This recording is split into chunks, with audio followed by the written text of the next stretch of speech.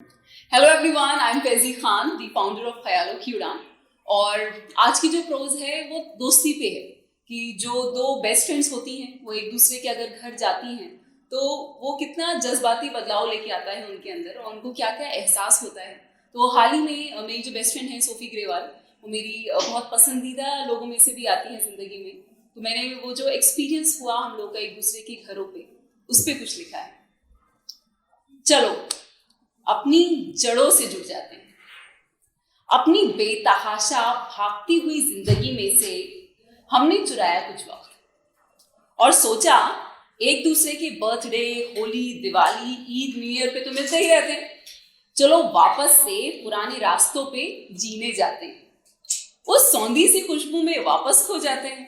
चलो वापस अपनी जड़ों से जुड़ जाते हैं। तो फिर क्या था, जिंदगी की तेज लहरों में से निकाले हमने वो 7 दिन, बांध लिए बैग और निकल पड़े यूपी और हरियाणा के जायकों के लिए। और दोनों के घर ऐसी ऐसी जगहों पर जहां सवारियां आसानी से नहीं जाती। तो रात के 2 बजे पहुंचने वाली ट्रेन और यूपी हरियाणा रोडवेज, अरे वही जिसमें धूल, धूप, ठंड, बारिश सब आती है, वो नीली और काली और लाल बसें, जिनमें सफर करना भी अपने आप में बेहद बड़ा सफर होता है, जो हमें सिखाता है कि भले ही कितने ही एयरपोर्ट के चक्कर क्यों ना लगते हों, जहां से आए हो 2 पीढ़ियों का सफर तय करके वो कभी ना भूलो। वापस उस बस में बिकने वाले चूरन, बाम और गोले पे मुस्कुराते हैं।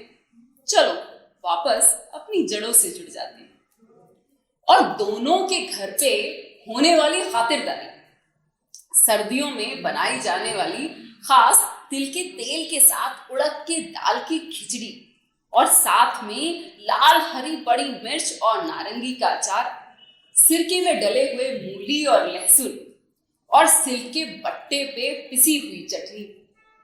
और दोपहर का खाना खाया ही था कि आ गई शाम। तो फिर आई चाय, देसी घी वाले मटर और आग में भुने हुए अमरूद और शकरकंदी।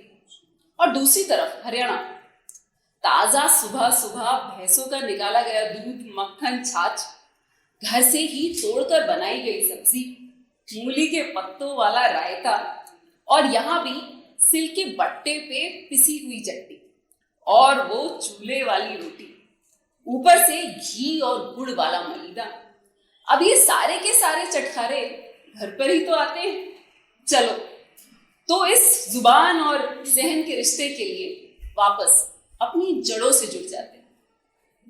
बातें, वो बातें जो दिल में उतर जाए, जो एक दूसरे से नहीं एक दूसरे के माँ बाप से की जाए और पता चले कि कौन बचपन में कितना पिटा और किसका बचपन बिना शरारत ही निकल गया, कौन सिल के बट्टे तक पे चटनी पीस सकती है, कौन सिर्फ पढ़ने वाली कुर्सी पे बैठी रहती है।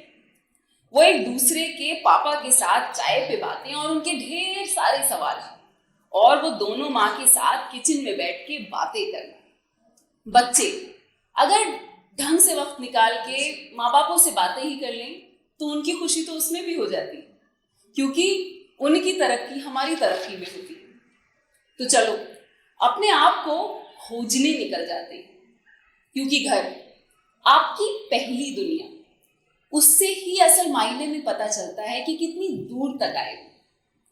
घर से घर तक का सफर तय करते हैं। चलो अपनी अंदरूनी दुनिया में पाई गई तरक्की पता करते हैं। चलो एक बार फिर घर की छत पे से नए ख्वाब देखते हैं। चलो वापस अपनी जड़ों से जुड़ जाते हैं।